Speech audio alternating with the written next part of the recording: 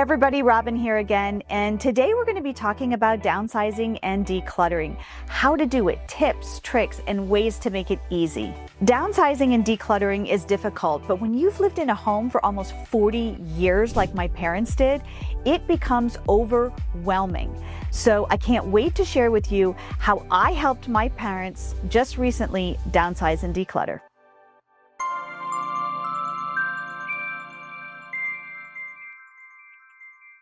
So first, 5 tips and a bonus tip. Tip number 1, know where you're going. Choosing what furniture, artwork, and decor to keep is always so much easier if you know the square footage and layout of the next home or apartment.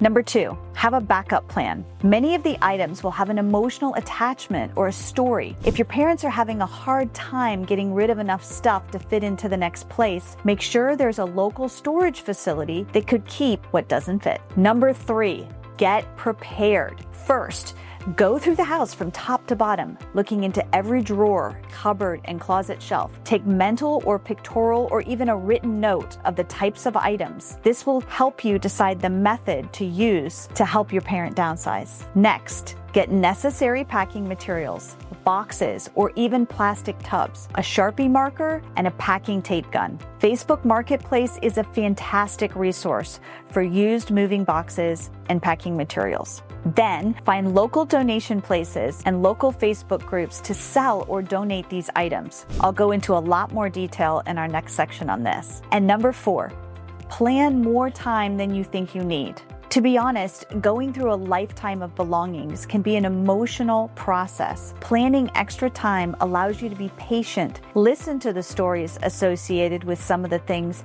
and really enjoy spending time with your parents. You may even learn a lot about your family history in the process. Tip number 5, don't forget about the fur babies. Your parents may have a dog or cat or even multiple dogs and cats that they want to take with them. Make sure that where they're going is pet friendly. And you may even hear in the background that I have my dog and my grand dog here with us today, chewing away in the background as we're videotaping, because life just is not the same without your best friends. And bonus tip, if the budget allows, hire a decorator to help your parents decide what will optimally fit and make their new place really feel like home. My mom hired one, and I was shocked at the amount of things he got into the new apartment and how beautiful the home was. It really helped make the transition so much easier. So methods. I have 3 methods that I use. Number 1, the aggregation method. Clear a large space where you can aggregate a single type of item, such as a vase, silver, or even a collectible. Once all the different styles and sizes of vases are in one place, the pros, this is a great way not to overpack by either forgetting that you already packed vases, for example, or not remembering the style or size of vases, and you end up bringing extra just in case. Cons, this can take up a lot of space and create disorganization and chaos before the packing even starts, particularly if your parent has vases stored in many different places around the house, or there is a huge volume to decide between. The room by room method is my second method. Pros, you can start in less important rooms to ease your parent into the process. Also, it means when they're not sorting through things, they can close the door and ignore that room. The cons, if similar items are scattered between rooms, it might be harder to make decisions about what to take and overpack by taking too much. Number 3 is my favorite, the hybrid method. This method combines aggregation and room by room methods. Go through the entire house, opening up every drawer, cupboard, and closet shelf, and take great notes on the general and specialty categories of items. Start out going room by room. When you reach an item category, such as vases, that also includes items from another room, aggregate all of these items together and review them. Then go back to the one room you were working on. The pros, this is the best of both methods, causing the least stress and chaos during the packing process. Cons, you will need to take excellent notes about the items in the house before starting for this to work. And you may still need a large space to aggregate all of these items together so you know what to choose from. What do you do with all the stuff? Number 1, plan where it is going. First, before you begin, locate multiple local donation facilities based on what you believe the needs will be for downsizing. In general, you will need the following: furniture donation, where they come and pick it up, clothing donation, general donation that accepts almost any type of item, tool and paint donation, and junk removal. Also, I suggest researching local Facebook groups where you can give away or sell more valuable or specialty items. Then, if your parents are collectors, I suggest finding a place that values their collection as much as they do. For example, one of my parents had a significant collection of World War II memorabilia, and we found a local museum that took a substantial amount of it. The second step is to reframe the emotional side of this for our loved ones. The items that are not being kept, tell them they're being repurposed, given to someone who really needs them, or given to someone who will truly cherish them. Number 3, support them. Don't tell them. Remember that losing independence is a difficult thing for anyone.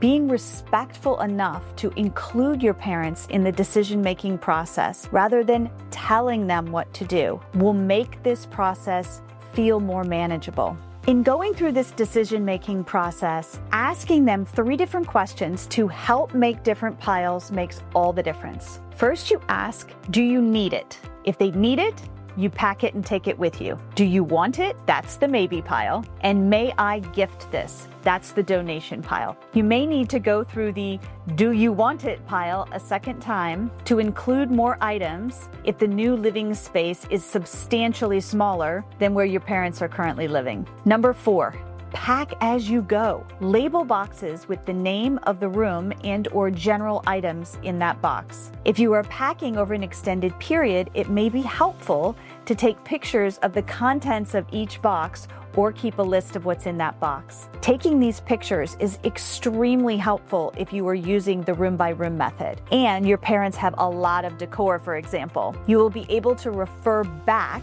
to what decor has already been packed, avoiding substantial overpacking. Number 5, stay organized. Ensure that you have a designated area or rooms in the house for each type of donation, except for the furniture, of course. That way you can enlist the help of the grandkids or others to load up the car and make efficient donation runs. The logistics. If you cannot find a furniture donation place that will pick up the furniture from inside of the house, you might likely need to move it to the garage for pickup. In this case, you can either hire a moving labor to transport the items from inside of the house to the garage, or you can have the moving company that's moving your loved ones pack up the truck, and then when they're finished, they can remove the remaining items into the garage for donation. So I wanted to go through the exact process I used with my parents. First, we decluttered,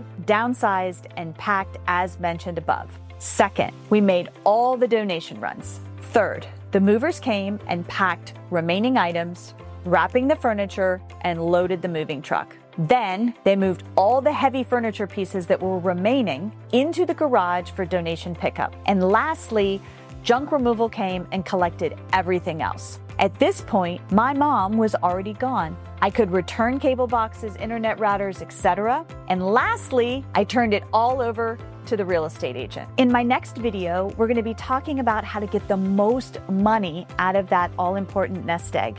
I will detail how I invested $15,000 renovating my mother's house to increase its value by an additional $75,000 over what the realtor initially estimated it would sell for without the renovations.